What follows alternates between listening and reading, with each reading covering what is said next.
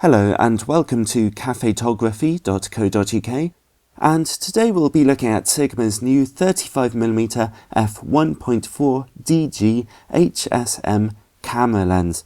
It's available for Canon, Nikon and other lens mounts, and it's a full frame lens, so it'll work on any digital SLR camera. You just have to make sure you get the appropriate Canon or Nikon version depending on your camera.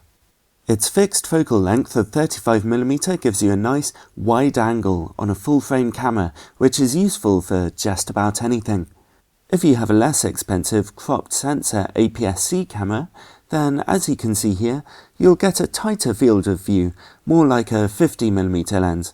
So it won't be as wide, but you can emphasize your subject much better.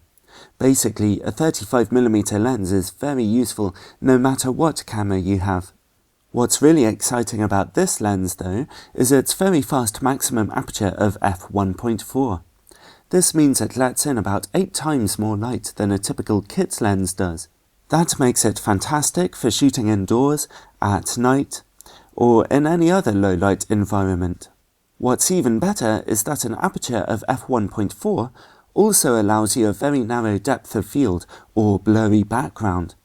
With a lens like this, you can get your background nicely separated from your subject, giving you pictures with more depth and creative flexibility.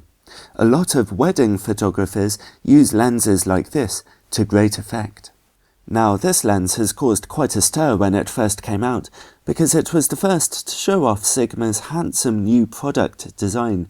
The body is actually made of metal, and it has a broad, rubberized focus ring, which is very smooth and well damped. It turns 90 degrees, which is long enough for precise focusing, but short enough to pull focus efficiently if you're doing video work. You can turn the focus ring any time, and the front element doesn't move while you do, which is a professional touch. The autofocus is silent and quite fast. It's also very accurate, hitting perfect focus nearly every time. So the lens is built fantastically well. It's easily on a par with Canon's L lens series or Nikon's own best offerings. So why don't we take a look at what's most important, this lens's image quality. I shot this picture with the aperture wide open at f1.4 and using a full frame camera. Let's zoom in really close. Here you can see that the lens is super sharp in the middle of the image with really nice colours and clear contrast. If we look into the corners, where fast camera lenses often struggle, we can also see decent levels of sharpness and no visible colour fringing on contrasting edges. This is actually a fantastic performance, as fast lenses are often a bit soft at their widest apertures.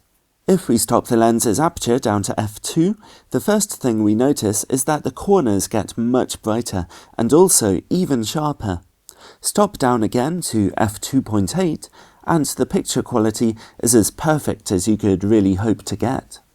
So simply put, the sharp image quality of this lens will blow you away. It's a very high performance optical beast of a lens. The good news is that it's just as sharp on APS-C cameras, so whatever camera you use, your pictures will look great. On full frame cameras though, you might have spotted a bit of a weakness. The corners are very dark at f1.4. This is also known as vignetting, and you can see how bad it is by comparing this picture, taken at f2.8, with this one, taken at f1.4. Those corners are really dark. However, this is simply normal for a fast wide-angle lens. Depending on your outlook on life, this is either a major technical problem or an artistic bonus, making your pictures look all vintage and moody. In this picture, you can see that the lens doesn't have any real problems with distortion. All the lines look pretty straight, and for a wide-angle lens, that's a pretty good performance. Although the Sigma 35mm f1.4 isn't a macro lens, it can focus pretty close to your subject. This makes the lens even more versatile. The good news is that, even with the aperture wide open at f1.4, the close-up image quality is really very sharp. Here you can see the tiny depth of field at such a close distance, barely anything is in focus. but the bits that are in focus are very sharp indeed, and the picture quality gets even better when you stop the lens down to f2.8. Again, this is a fantastic performance compared to other lenses. And as you can see in this footage, the lens works quite well against bright lights. You don't lose any contrast, and there's only a little bit of visible flare. Finally, this lens produces some pretty fantastic looking bokeh. As you can see in these pictures, on the whole, those out of focus backgrounds look really nice and smooth and dreamy, which is really important for a lens of this type. So all these things add up to make the Sigma 35mm f1.4 a pretty surprising lens, considering its reasonable price.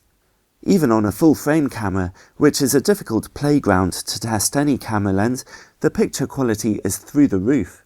And the lens has so many uses: wedding photography, photos at parties, street photography, video work. It's perfect for just about anything, and the f1.4 maximum aperture makes it even more versatile. It might be worth renting out this lens for a few days to give it a try, especially if you have a family wedding or big party coming up. It's so much fun to use, and the picture quality is just incredible. Highly recommended.